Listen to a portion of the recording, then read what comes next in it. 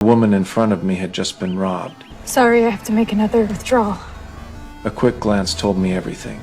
Bruises on her face, cuts on her hands. I looked into the distance and spotted a black car parked nearby. Yay, looks like I had to step in again. I told her to stay calm. Don't turn around. I can help you. Keep taking out money. That minivan to my left, that yours? Yes. Just for clarity, you've been carjacked, right? My child is in the back seat. Gun? Yes. Stay here. This won't take long. Your mom better hurry the fuck up, kid, or this is gonna go bad for both of you. Hi. Want to see your mom? Got her and her kid out safely. Who are you? My name's Reacher, former Marine Corps captain. I came to this small town to find the one who killed my brother, but ever since I showed up, murders started happening one after another. The police quickly suspected me, the new guy in town. They found out I'd been near one of the crime scenes, and I had no alibi to prove otherwise. And just like that, I was falsely accused of murder and was taken to prison. That damn prison guard tried to frame me. He claimed I was hiding evidence and demanded I strip for a search, but I'm not someone you can intimidate that easily. I flat out refused. With my bulky build, I'm pretty sure that guard was scared out of his mind. He had no choice but to swallow his pride and skip the part he was most eager to see. But this incident made me enemies with that guard. He'd be looking for trouble with me at any chance. The very next morning, the atmosphere in the prison turned weird. I didn't expect that guard to be so vicious that he locked us up in a maximum security cell for life. Facing a bunch of hardened criminals like that, I wasn't scared at all. But Paul, skinny and pale, was prime target material in a place like this.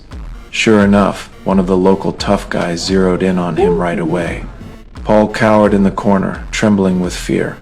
He forced Paul to hand over his shoes. He was so scared, he couldn't say no, then demanded his glasses. When Paul didn't resist, the guy mercilessly stomped on his glasses. So I saw the helpless look in Paul's eyes. Then he was about to make his next move. I couldn't stand it anymore. I jumped out of bed right away. I stood like a wall in front of Paul. He decided to show him what I'm made of. What you want? To give you a choice. See, you're in my house, fatso, and you didn't ask permission. So you and your friends can leave now, or they can carry your fat ass out in a bucket. Now I'll count to 3. Bitch. Do you know who you're talking to? 1, 2. Paul was completely stunned watching the whole thing. I even took a pair of sunglasses from them as compensation. Now get out of my cell. From then on, Paul became my loyal follower.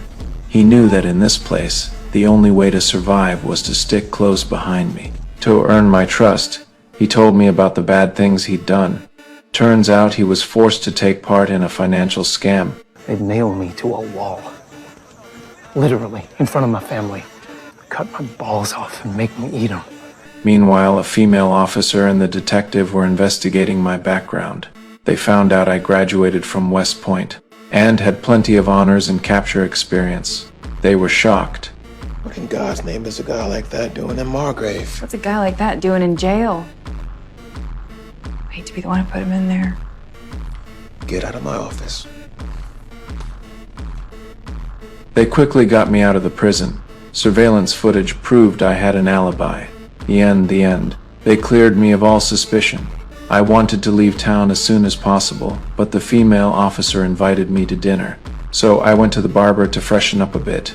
Just as I was about to relax, a luxury pickup truck roared up outside, clearly coming for me.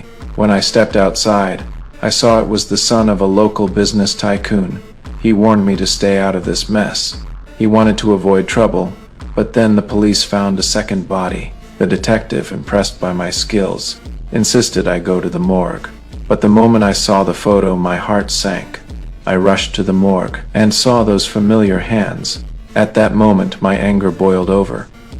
That's how my brother got this scar. You tell me right now, what's going on? Seeing his cold, lifeless body ignited a fury inside me I couldn't contain. I guess I'll find everybody responsible. And kill every last one of them.